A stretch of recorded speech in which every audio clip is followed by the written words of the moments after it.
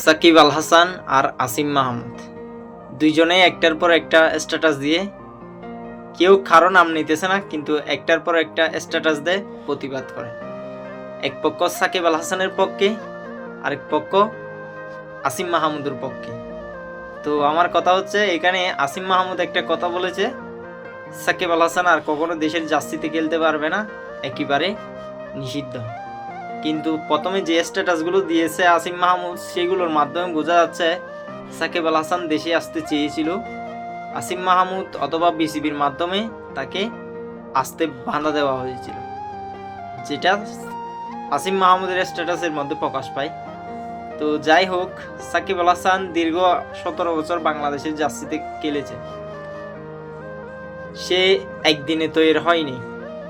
বিশ্বসেরা allrounder Shakib Al Hasan একদিনে তৈরি হয়নি, কঠোর পরিশ্রম করে তৈরি হয়েছে। আর আসিম মাহমুদ, সে কিছুদিন আগেও তাকে কেউ চিনত না, এই আসিম মাহমুদকে। সে এখন উপদেষ্টা হয়েছে কোটার মাধ্যমে। কোন যোগ্যতা দিয়ে জানি না, কোন যোগ্যতা আছে তার, সেটার মাধ্যমে সে এখন উপদেষ্টা হয়েছে। আমি তো মনে করি আমাদের আবেগকে সে কাজে লাগিয়ে, ছাত্রদের কাজে লাগিয়ে সে এখন উপদেষ্টা চেয়ারে বসে আছে। সেটা হচ্ছে কোটা দিয়ে। সাকিব আল হাসান কোটা দিয়ে তৈরি হয়নি, সাকিব আল হাসান নিজের যোগ্যতা দিয়ে তৈরি হয়েছে।